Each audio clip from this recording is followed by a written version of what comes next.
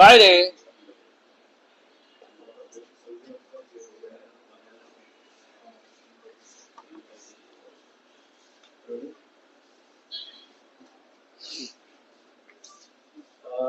महिला आरक्षणाच्या धोरणानिमित्तानं त्याला समर्थन देण्यासाठी आज मुख्यमंत्री देवेंद्र फडणवीस महायुतीच्या नेत्यांसमवेत 11 वाजता पत्रकार परिषद घेऊन भूमिका मांडतात. कारण हे विधेयक लोकसभेत टिकू शकलं नाही. इंडिया अलायन्स या विधेयकाच्या बाजूने नव्हती. जे लोक संविधानिक पदावर बसलेले आहेत, प्रधानमंत्री, राज्यपाल, मुख्यमंत्री, ज्यांनी संविधानाची शपथ घेऊन खरं बोलण्याची एक शपथ घेतली की आम्ही जनतेला किंवा देशाला फसवणार नाही, खरं बोलू. मुख्यमंत्र्यांनी नरेंद्र मोदी यांचा आदर्श न पाळता महाराष्ट्राच्या जनतेला काही खोटं सांगू नये, खोटं बोलू नये.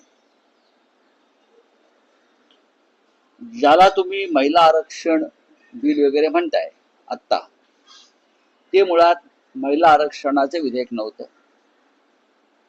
ते मतदारसंघ अंधाधुंद पद्धतीनं तोडण्याचं एक बिल होतं.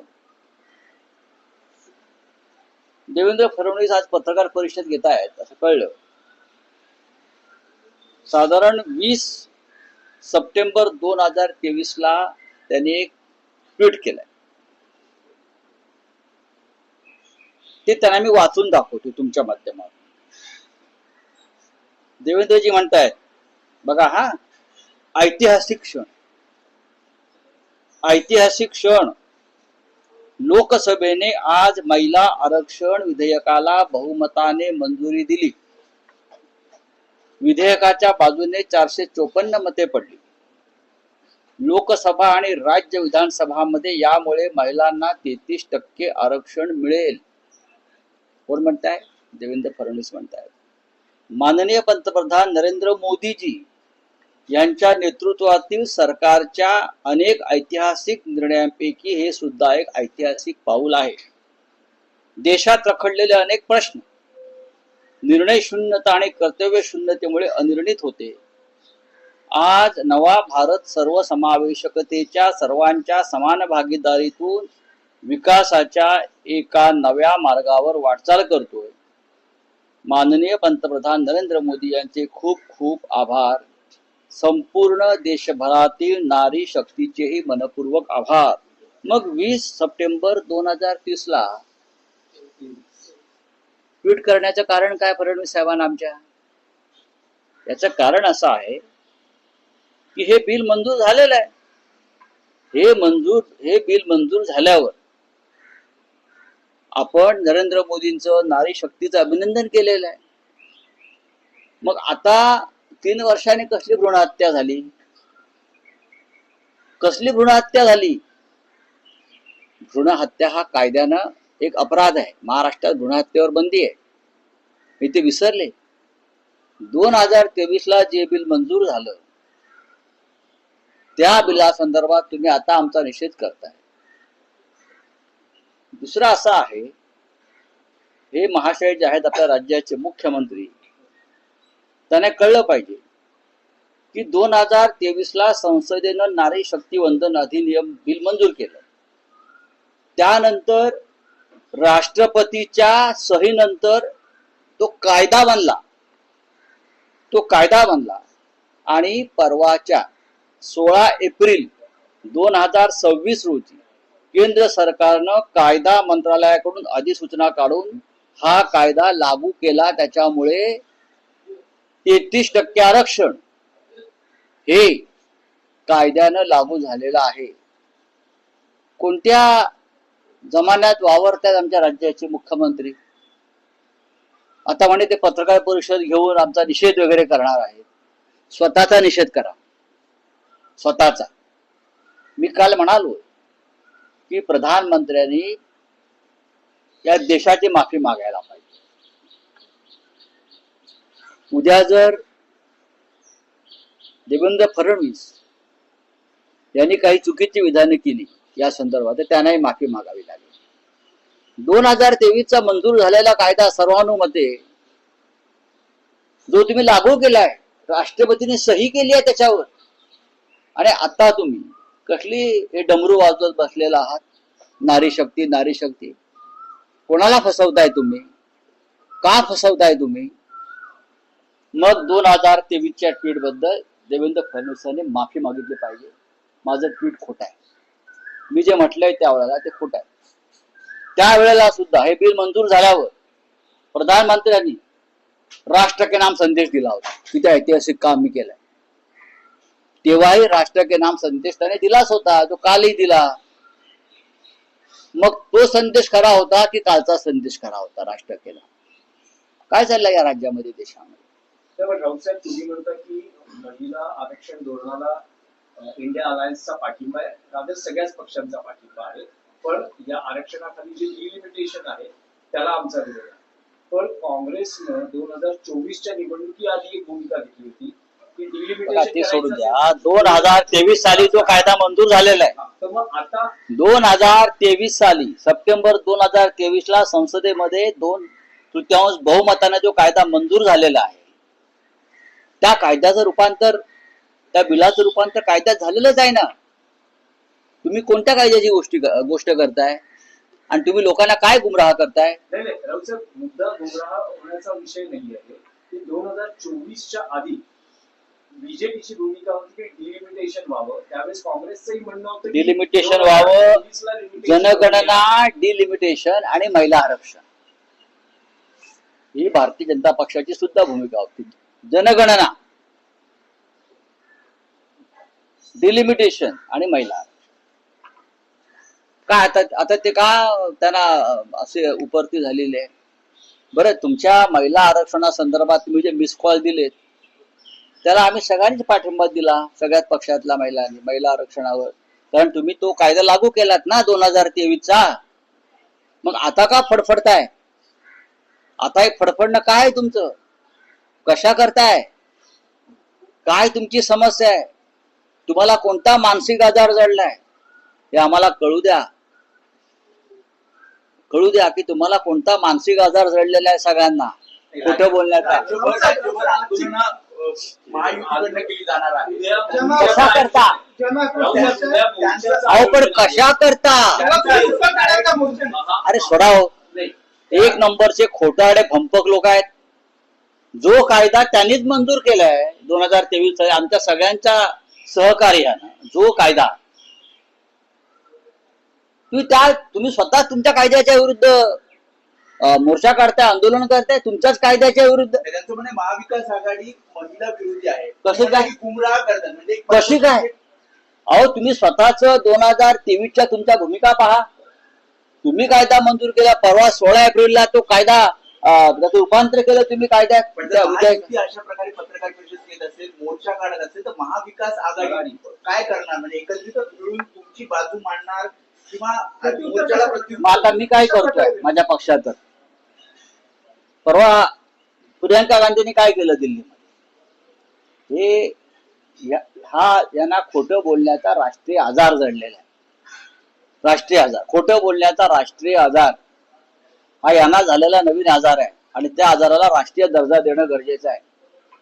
प्रधानमंत्री खोटं बोलतात, मग गृहमंत्री खोटं बोलतात, मग राज्याचे मुख्यमंत्री खोटं बोलतात, मग त्यांची नारी शक्ती खोटं बोलते त्यांच्या पक्षाची. हा आजार आहे. त्यामुळे राऊतसाहेब, पंतप्रधानांनी जे देशाला संबोधून मार्गदर्शन केलं ते आता विरोधी पक्ष आचारसंहिता भंगाचा उल्लेख करत आहे किंवा आरोप करत. आता असं आहे की आम्ही जरी संदर्भात काही निवडणूक आयोगाकडे तक्रार केली जाणार आहे. अहो निवडणूक आयोग काय आहे? निवडणूक आयोग त्यांचं हस्तक आहे. अजून ज्ञानेश कुमार नावाचा सद्गृहस्थ बसलाय तिकडे, त्याने बसवलाय.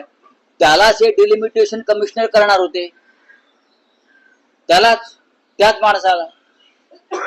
ज्या माणसाविरुद्ध आम्ही आणलेलं इम्पिचमेंट मोशन उपराष्ट्रपतीने फेटाळून लावलं बहुमत असताना, आमच्या 193 सह्या असताना, त्या निवडणूक आयोगाकडून आम्ही कोणती अपेक्षा करणार? काय हा निवडणूक आयोग म्हणजे भाजपचा पदाधिकारीच आहे. त्याच्या घरावर आणि त्याच्या कार्यालयावर भाजपचा झेंडा फडकतोय. बघा तुम्ही जाऊन दिल्लीत, त्याच्या गेटवर भाजपचा झेंडा फडकतोय ज्ञानेश कुमारच्या घरावर. आणि आता फक्त निवडणूक आयोगाच्या कार्यालयावरती भाजपचा झेंडा फडकायचा बाकी आहे, तोही लावून टाका. नाही, पण राऊत साहेब, हे झाले आरोप. पण तुम्ही अधिकृत आरोप नाहीत, नाही हे आरोप नाहीत. अधिकृतरित्या निवडणूक आयोगाकडे पंतप्रधान नरेंद्र मोदी यांनी 5 राज्यांच्या निवडणुकीमध्ये आचारसंहिता भंग केल्याची तक्रार करणार आहात. आता मी तुम्हाला माझ्या भाषेत सांगतो. हा जो निवडणूक आयोग आहे ना, हा लोकशाहीला फाट्यावर मारतो. का पाहिजे? हा जो निवडणूक आयोग आहे भारताचा निवडणूक आयोग, तो भाजपाचा निवडणूक आयोग झालेला आहे आणि तो संविधान आणि लोकशाहीला फाट्यावर मारतो. फाट्यावर. बोला, बोलिये. आता एवढा आता पुरेसा आहे. आणखी एक विषय आहे. मुख्यमंत्री आज प्रेस कॉन्फ्रेंस ले रहे हैं, जो महिला आरक्षण बिल है उसको लेके। सर, आपने अभी कहा कि 2023 में बिल पास हुआ था, लेकिन आपकी पार्टी की तरफ से ये भी कहा जा रहा है कि प्रधानमंत्री इस्तीफा दे दे, कोई महिला को प्रधानमंत्री बनाए। बात ऐसी है, जो विधेयक महिला आरक्षण हो या नारी शक्ति वंदना वगैरह वगैरह सितंबर 2023 में संसद में मंजूर हुआ है, पास हुआ है। वो क्या बिल था? ये बिल मंजूर होने के बाद एक ऐसा ऐतिहासिक काम मैंने किया है, उस बारे में यही प्रधानमंत्री ने राष्ट्र के नाम संदेश भी दिया। आप देख लीजिए, राष्ट्र का नाम संदेश उस वक्त दिया जो हमारे मुख्यमंत्री है देवेंद्र जी, उनका 20 सितंबर 2023 का सोशल मीडिया पर का पोस्ट देखिए। वो भी बोल रहे हैं कि कितना बड़ा ऐतिहासिक क्षण महिलाओं के जीवन में नरेंद्र मोदी जी ने लाया है। ये कौन बोल रहा है? देवेंद्र फडणवीस बोल रहे हैं। तो अभी आप पीछे क्यों हट गए? अब इस जो विधेयक मंजूर हो गया उसके ऊपर हमारे राष्ट्रपति महोदय ने सिग्नेचर करके उसको कानून बना दिया और 16 अप्रैल 2026 से वो पूरे देश में लागू हो गया है। तो कौन से महिला आरक्षण की बात आप कर रहे हो? हमने विरोध किया है डिलिमिटेशन को। जिस गैर कानूनी ढंग से आप मतदार संघ के पुनर्रचना करने जा रहे थे, 850 करने जा रहे थे, हमने उसको विरोध किया क्योंकि आप जिंदगी भर सत्ता में रहने के लिए इस तरह से काम करना चाहते थे, तो हमने नहीं होने दिया। तो अभी आपको गुस्सा आया। तुम्हारे गुस्से को पूछता है कौन? जिसकी जनता देख रही है। आप महिलाओं को गुमराह कर रहे हो, चीटिंग कर रहे हो, फ्रॉड कर रहे हो। ये फ्रॉड पार्टी है। सूरत से मजदूर पलायन कर रहे हैं, एलपीजी जो गैस है वो नहीं है, लाठीचार्ज हो रही है मजदूरों पे, क्या कर सकता हूँ और क्या बोल सकता हूँ? मुझे वहां का मुख्यमंत्री का नाम ही मालूम नहीं है, गुजरात। तो मैं आज भी वहां मुख्यमंत्री मोदी और अमित शाह ही है गुजरात। तो ये सवाल उनसे पूछना चाहिए। सब कुछ ठीक है तो आपके गुजरात में सब कुछ ठीक क्यों नहीं है? लोग पलायन कर रहे हैं, लोग भूखे हैं, लोगों को रोजगार नहीं है, लोगों के चूल्हे बुझ गए हैं। तो आप क्या कर रहे हो भाई? ये झूठे सब काम कर रहे हो। नारी विधेयक, नारी वंदना विधेयक जो हो गया 2023 में, उसके ऊपर आप लोगों को गुमराह कर रहे हो। चलिए,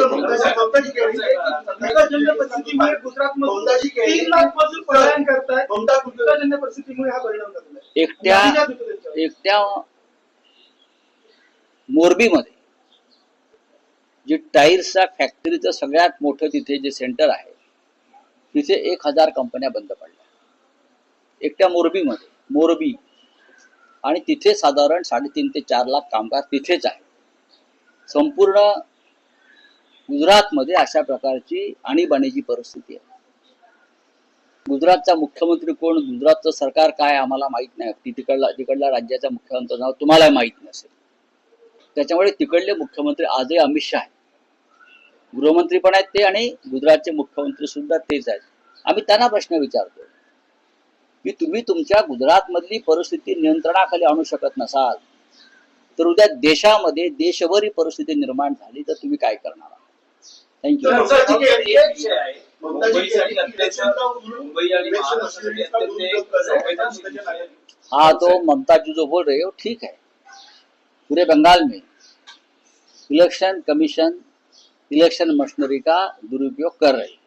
राहुल साहेब, एक गंभीर विषय आहे की नेस्कोत जी पार्टी झाली आणि ज्या ड्रग्ज प्रकरण उघडकीस आलं त्यानंतर आता गेल्या एक 7-8 दिवसात जे निदर्शनास येते मुंबई आणि आसपासच्या परिसरातून कोट्यवधी किमतीचा ड्रग्ज साठा हो, देवेंद्र फडणवीस यांच्या कारकिर्दीमध्ये मुंबई महाराष्ट्राचा उडता महाराष्ट्र झाला। आधी उडता पंजाब होता, बरंच काय उडत होतं। उडवाउडवीची उत्तरही देताय तुम्ही ह्याच्यावर। कुठे खरात बाबा उडतोय, कुठे अजून कुठला बाबा उडतोय। पण महाराष्ट्राच्या राजधानीची अवस्था ही अंमली पदार्थाच्या राजधानीची ड्रग्स कॅपिटल म्हणून ते आता तुम्हाला बनवायचं चाललेलं आहे। आणि हा ड्रग्सचा पैसा याला जबाबदार देवेंद्र फडणवीस आहेत।